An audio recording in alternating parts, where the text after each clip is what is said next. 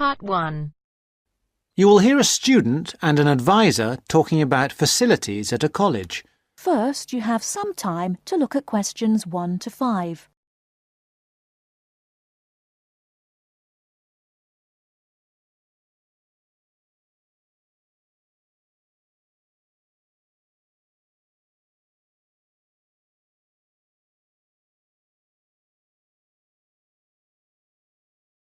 Now we shall begin. You should answer the questions as you listen, because you will not hear the recording a second time. Listen carefully and answer questions 1 to 5. Hi, I wonder if you could help me. I'm starting a course at Glenfield in a few weeks. I was just a bit worried about what facilities there will be and what I'll have to do. I'm especially interested in health and welfare stuff. Certainly. We normally send out a copy of our leaflet, Staying Healthy at Glenfield. I'm not sure why you haven't had it. Well, could you answer a few questions for me? Firstly, I'm wondering about how I get a doctor when I arrive. Well, you can register with the University Health Centre on North Campus. And do I have to pay for that? Not to register, but if you have to get medicines, there's a prescription charge of £6.50. Okay. Well, I'm not planning to get ill. That's only going to arise if I have any problems. So, should I just go along when I arrive? That's what we recommend for peace of mind, but it's not compulsory, and if you don't live inside the catchment area, you can't in fact register there. Where do you live? Well, at the moment I'm staying at the Backpackers Hostel in Hill Street, but I will be moving from there shortly, somewhere nearer. Well, there's a map at the centre which shows you the area that the university practice can accept people from. It's what we call the yellow zone. If you live outside that area, you have to find another medical centre to register with.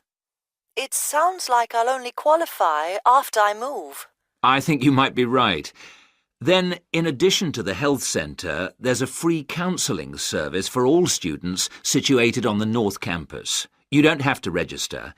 They also have drop-in sessions. I say it's free, but that's only for up to 8 sessions. Beyond that, they normally refer people elsewhere. Sounds serious. Well, it's not just for big problems. People go there for advice on housing, workload, whatever, really. They can even arrange financial help. Is it confidential? Absolutely. Then again, a lot of students prefer to phone the Nightline service, which is run from an office on the central campus. They don't really encourage people to drop in. I see. So it's basically a free phone line. The number, if you want to make a note, is 0900 762 5913. I'll say it again. 0900 762 5913. Fine. Well, I hope I won't need any of these. What I will want is access to some gym facilities. Right. Well, you'll find those on the South Campus in the Sports Centre. It's great, but it's not free. You have to present your student card and pay a fee of £22 to get a pass. But that will last you for the whole year. Before you hear the rest of the conversation, you have some time to look at questions 6 to 10.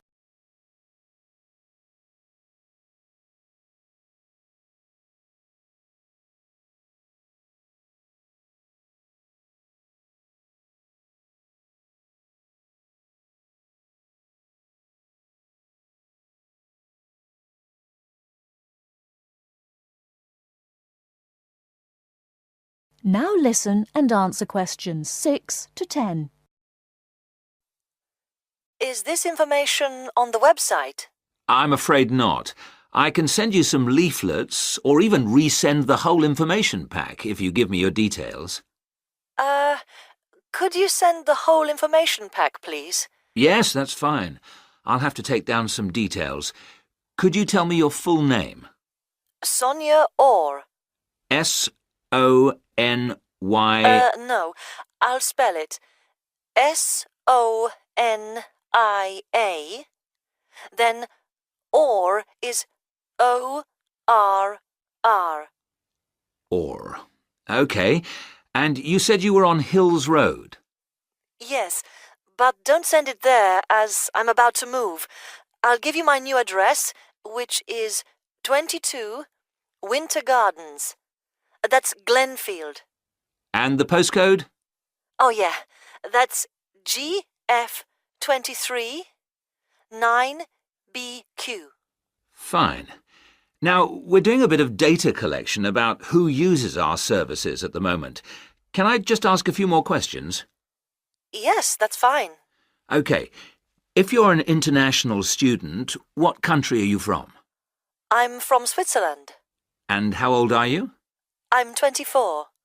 And finally, which course are you enrolled on? Right, well, that's a bit complicated, since I'm hoping to switch to economics and history. But at the moment... I'm down to do economics and sociology. It's a joint degree. OK, I'll put that. Great. Well, I'll pop the information pack in the post, and you should get it soon. That is the end of part 1. You now have half a minute to check your answers.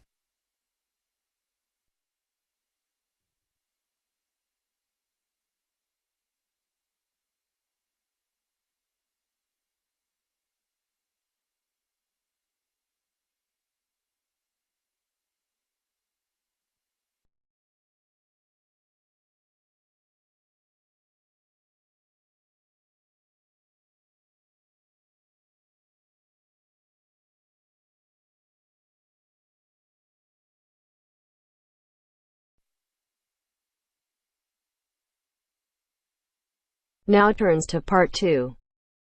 Part 2. You will hear two students talking about a school project. First, you have some time to look at questions 11 to 15.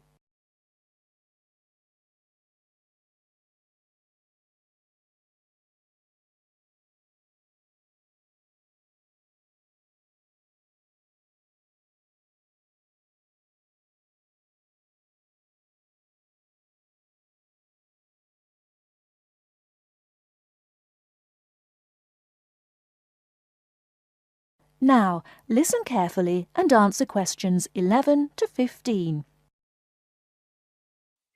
Hi, Lynn. How's your project coming along? Oh, not very well. I've got all the information, but I can't seem to organise it into a presentation. Well, you'd better hurry. You only have one more week. Yes, that's okay. It's just that... Oh... Well, why don't you try your presentation on me? Maybe I can help. Oh, really? Great! OK, well, I've chosen solar power for my subject, and I'm going to talk specifically about domestic water heating. You know, like the ones popular in America. I've got some facts here. Oh, that's good. But just start your presentation from the beginning. Oh, right. Well, here we go then. There are many reasons why we should be looking elsewhere for energy sources. As most people are aware, fossil fuels and other such non-renewable sources are by definition finite, so something needs to be in operation soon. Currently, there are a number of alternative energy sources available which can, with a little preparation, be used to provide for a significant part of our domestic energy requirements. In this presentation, I am focusing on solar power and its application as a domestic water heater.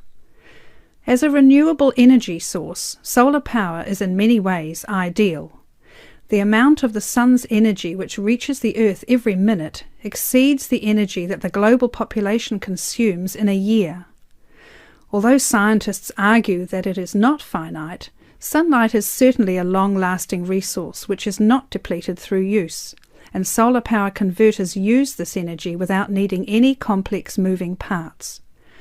Once collected and stored, solar energy can be used for many purposes, but it is becoming increasingly popular as a domestic heating source. Generally, a building that is heated by solar power will have its water heated by solar power as well, and this has even worked in areas that are not exposed to long hours of direct sunlight, such as the United Kingdom, although not so well as in warmer climates. Why have you stopped? Well, that's all I've got so far. Oh, well. Start by talking about how effective it is. Oh, okay.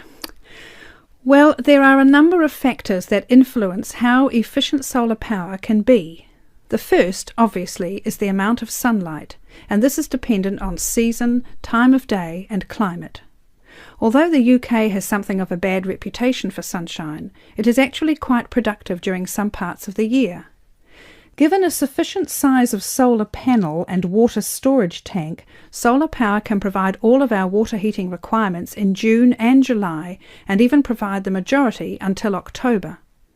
From October to the end of the year, this figure falls dramatically. December is the least productive, being able to supply less than 5% of the average household's hot water requirement. It is at this point that solar power needs to be supplemented with a more traditional form of heating. From January, solar power becomes more effective at a rate of about 20% per month, although this rise decelerates to around 18% by May.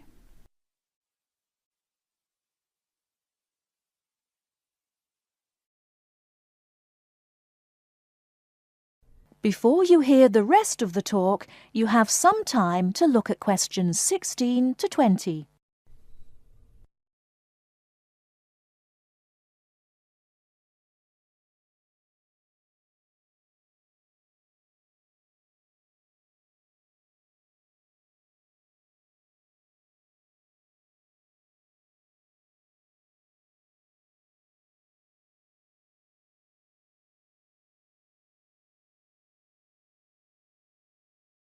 Now listen and answer questions 16 to 20.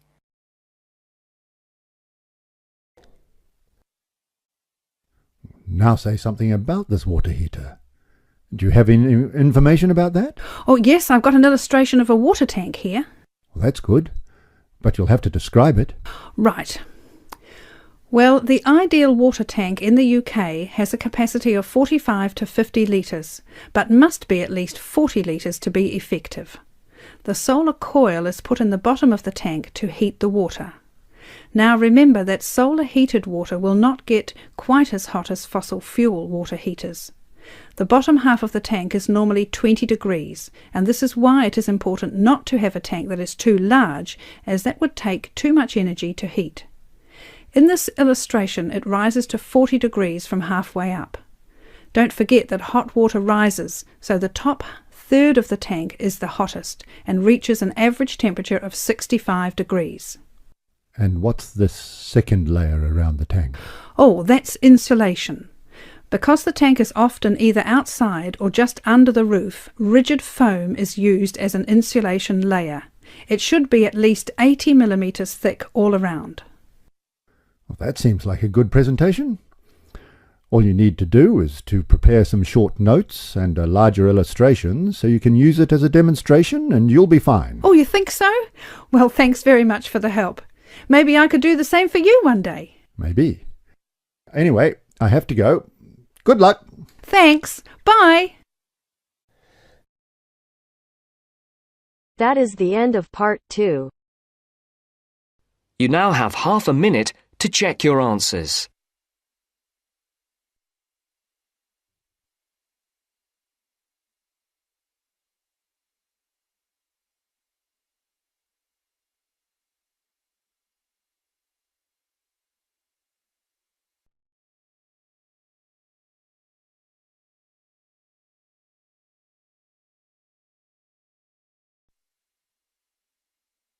Now turns to part 3. Part 3. Mr. Jackson, who feels that he is physically unfit, is consulting with his doctor about his health condition. Before you listen to their conversation, you have a chance to read questions 21 to 24.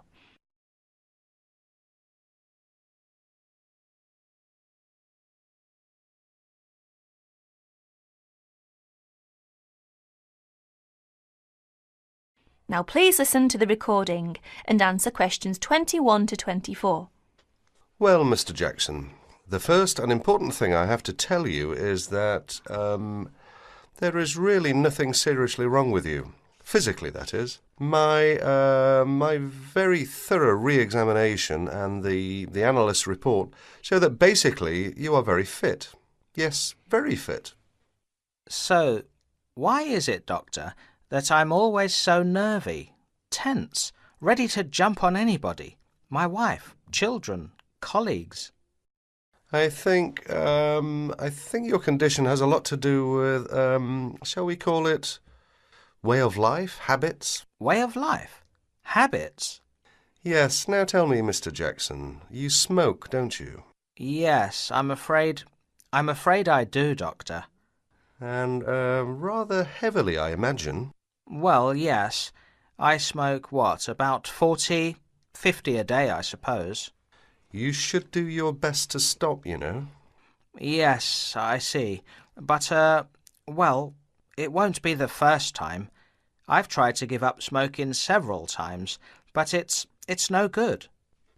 You see, 50 a day is overdoing it, you must admit. You must cut down at least that. Ah, yes. I know that when you're feeling tense, you probably feel that a cigarette relaxes you. But in the long run, I do advise you to make a real effort to quit smoking. Of course, but, well, it's easy to say give it up or cut it down, but, oh, you know. Well, in my opinion, you have no choice. Either you make a real effort or there's no real chance of your feeling better. You see, well, obviously I could prescribe some kind of tranquilizer, but would that help? I'd prefer, and I'm quite sure you'll agree, I'd prefer to see you really back to normal, not just seemingly so. And that's my reason for asking you several more questions about your other habits. Right. Now you have a chance to read questions 25 to 30.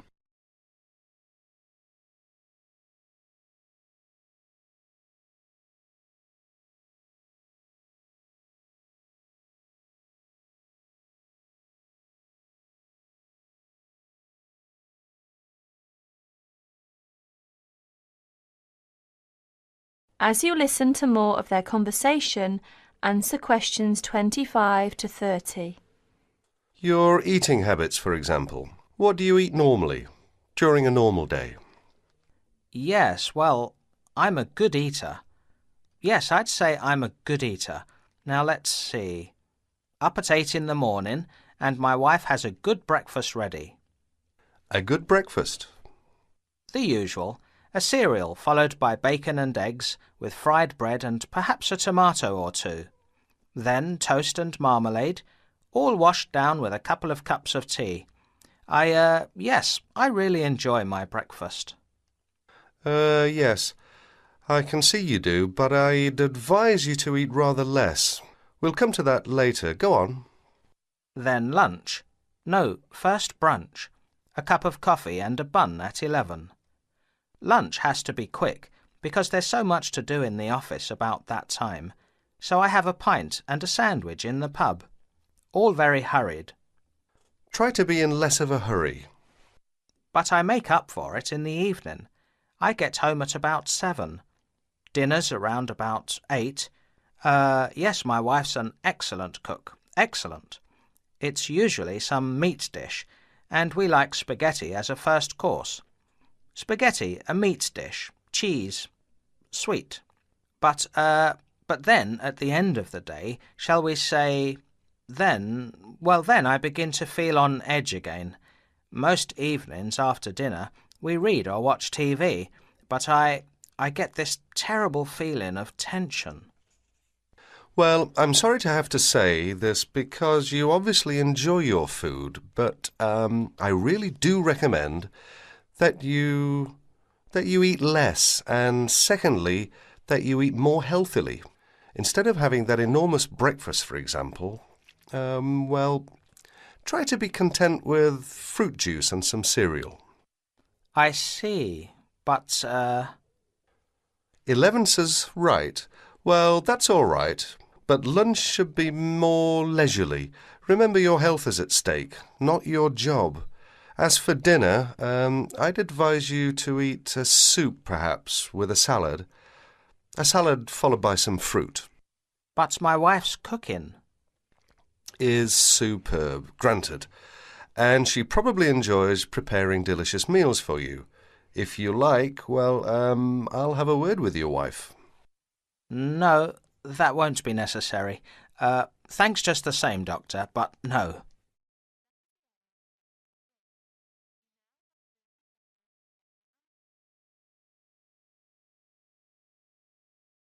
That is the end of part 3. You now have half a minute to check your answers.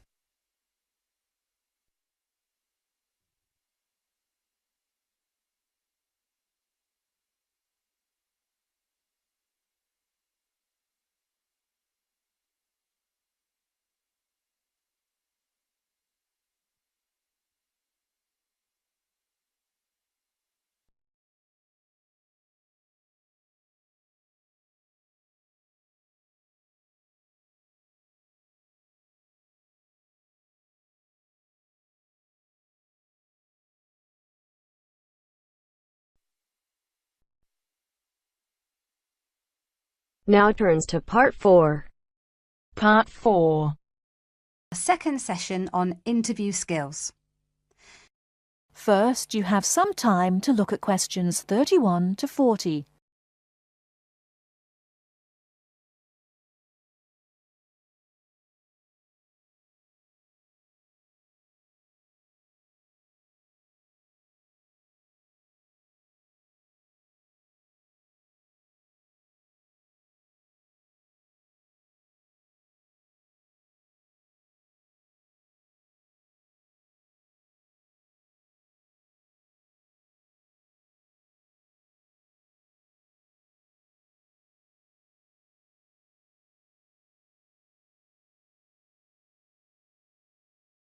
Now listen carefully and answer questions 31 to 40.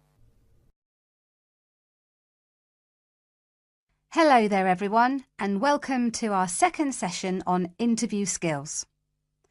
Now we have already looked at what to say in the interview and what to wear. So let's consider non-verbal behaviour, or as it is more often called, body language. Believe it or not, research has shown that this is what makes the strongest impression on people we meet. Frequent eye contact is one aspect of body language which goes down very well with interviewers and creates a good impression. Looking at people means that you're sure of yourself and confident. In fact, one famous car company even makes a note of the level of eye contact candidates make during their recruitment process for this very reason. So it is very important to maintain eye contact. But be careful how you do it. Avoid staring, as this is a sign of hostility. But avoiding eye contact altogether and looking away or down is even worse. But the general message is maintain that eye contact. Believe me, the eyes have it. Now, along with eye contact, smiling is one of the other important non-verbal actions which say more to the interviewer than any answers you give. A good way to create a good impression during the first few minutes of your interview is to smile warmly when you meet the person or people who will be interviewing you. It shows them that you are relaxed. Facial scanning takes a triangular route, from the eyes down to the mouth and back to the eyes. Even when you aren't speaking, an interviewer will be noticing your mouth, so give a relaxed smile whenever you feel it is appropriate. Now, not surprisingly, interviewers pay most attention to a person's face or head during an interview, and they certainly pick up a lot on what they see. Researchers have identified nodding as going down very well with interviewers. This simple gesture shows that you are listening and paying attention.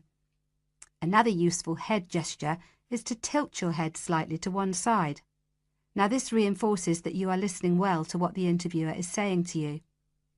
However, tilting your head back isn't such a good idea, as this signals arrogance. And drooping your head forward indicates that you are lacking in confidence. And as we all know, that is exactly the opposite of what an interviewer wants to see. So the message is, mind your head. Now, posture, or the way that you carry yourself, is an important area of body language to be aware of. And it is one of the first body language signals that interviewers read as you enter a room. Posture also matters when you're sitting down. A well-supported position, with your shoulders square and sitting full back on the chair, will give the impression that you are confident, which is just what the interviewer wants to see. I once interviewed a candidate who perched right on the edge of her chair throughout. I kept feeling that she was about to run out of the room in terror.